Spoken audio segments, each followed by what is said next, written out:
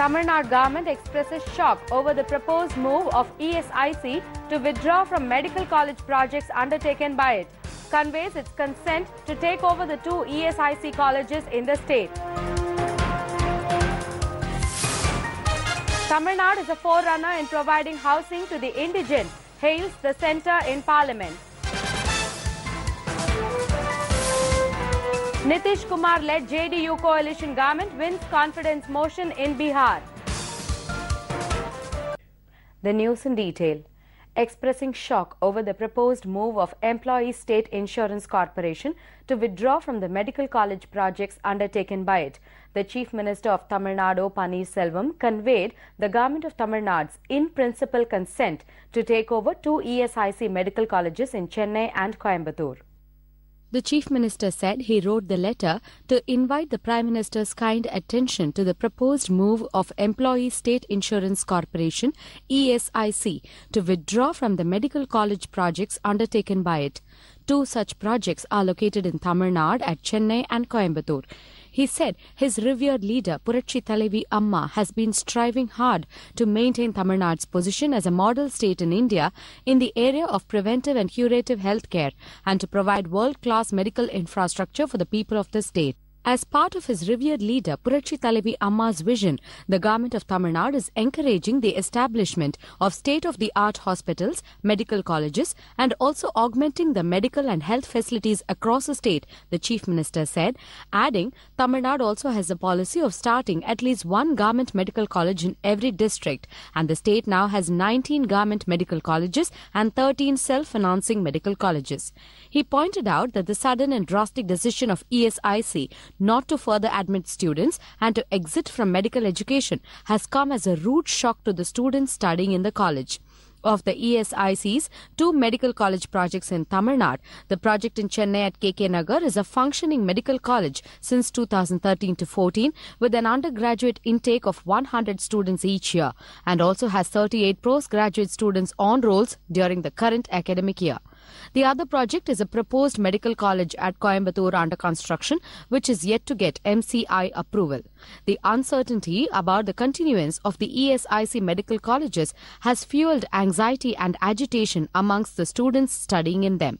The ESIC, on its part, has been seeking in-principle consent of the state government for taking over these institutions, subject to certain conditionalities, he observed.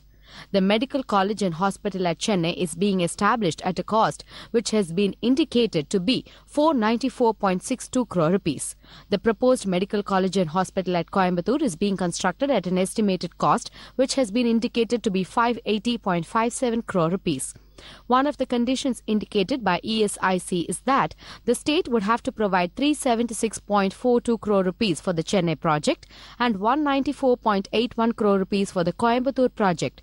That is a total of 571.23 crore rupees as balance liabilities for these two ongoing projects, Paneerselvam said. On this issue, he said he would like to bring to the Prime Minister's notice that the cost at which these medical college projects have been undertaken is very high, as the establishment of a government medical college and hospital by the state government works out to only around 200 crore rupees. Even for the medical colleges funded through Government of India, the project cost has been indicated as 189 crore rupees only.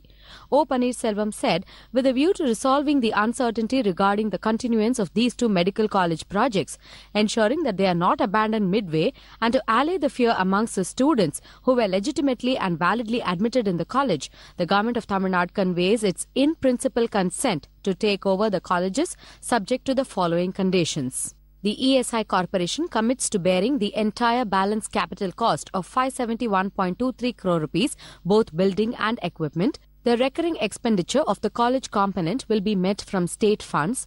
Recurring expenditure of hospital will be met under the ECI pattern of reimbursement, under which 87.5% will be met by Government of India.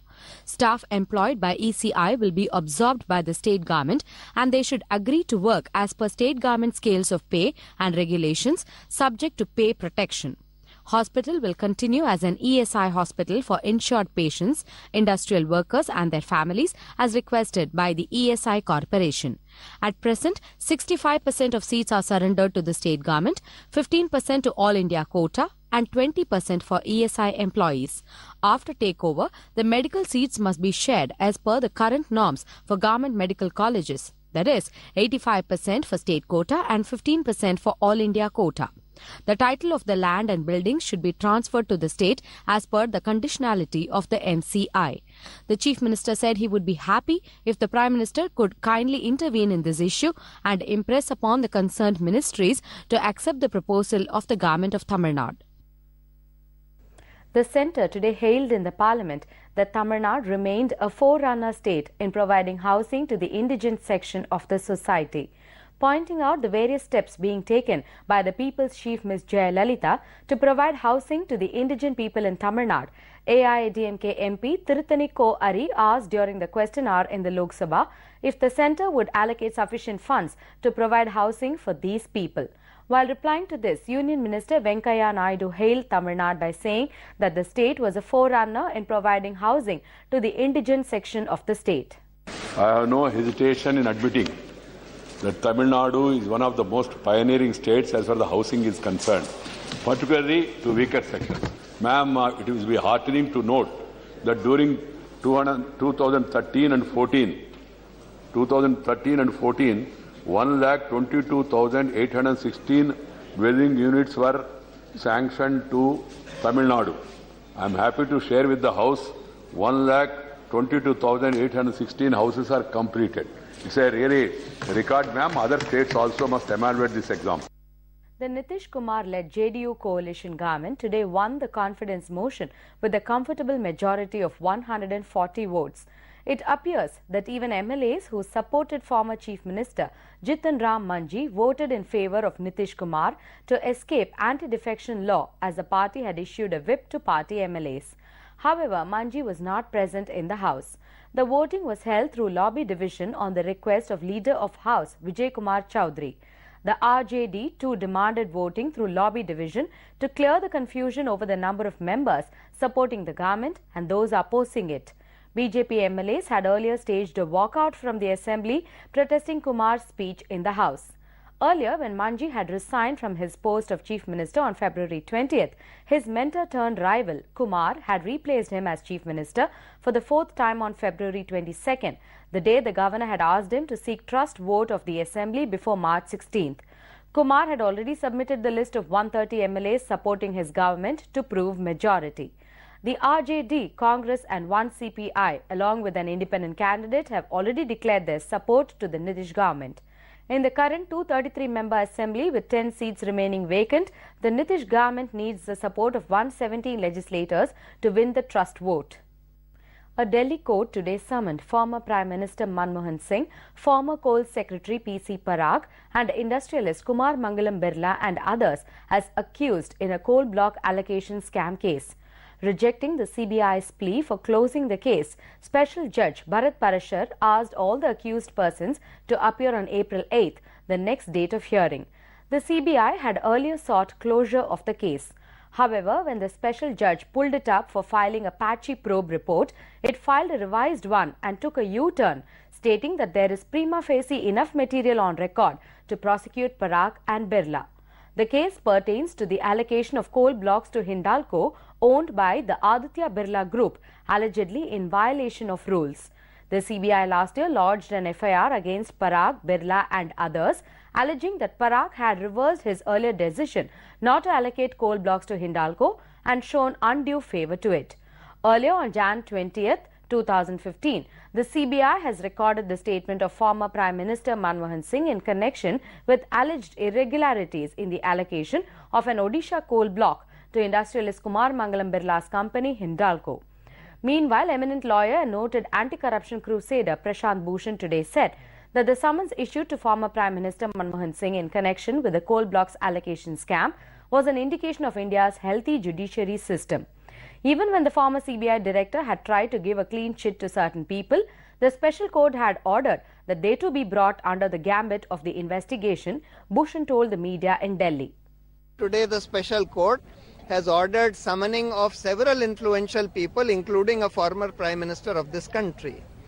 The government of Tamil Nadu today appealed to the people not to panic about the spread of swine flu, as it has been brought under complete control by the health department.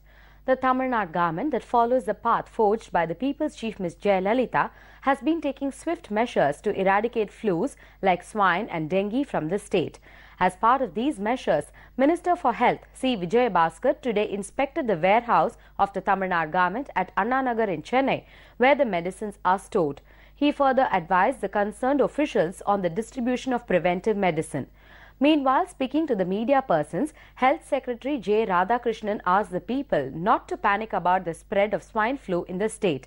He asked the people to take necessary precautions to prevent the flu, besides warning that strict action would be taken against those who collect extra fee for swine flu tests. 13 தனியார் அங்கீகரிக்கப்பட்ட testing centres இருக்கு. 7 அரசாங்கத்தில் இருக்கு. அரசாங்கத்தில் அனைத்து டெஸ்டும் இலவசம். தனியார் வந்து 3850க்குள்ள தான் அவங்க சார்ஜ் பண்ணுவாங்கன்னு அது மீறி பண்ணா முதல் எச்சரிக்கைக்கு மீறி தொடர்ந்து அந்த மாதிரி தவறுகள் கண்டுபிடித்தா அவங்களோட அங்கீகாரம் ரத்து செய்யப்படும். தற்பொழுது வந்து நிலைமை முழு கட்டுப்பாட்டில் தான் இருக்கு. தேவையற்ற பீதி மக்களிடையே வேண்டாம். Minister C. Vijayabhaskar also visited the swine flu awareness camp being held at Coimbatore in Chennai.